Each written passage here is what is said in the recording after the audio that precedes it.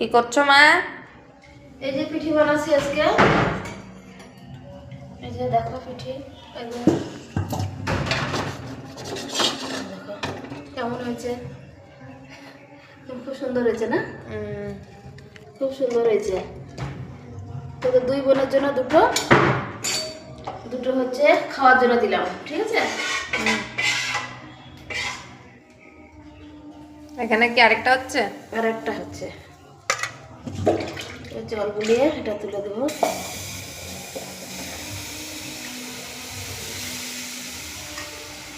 শীতের সময় তো পিঠে খেতে সবারই ভালো লাগে।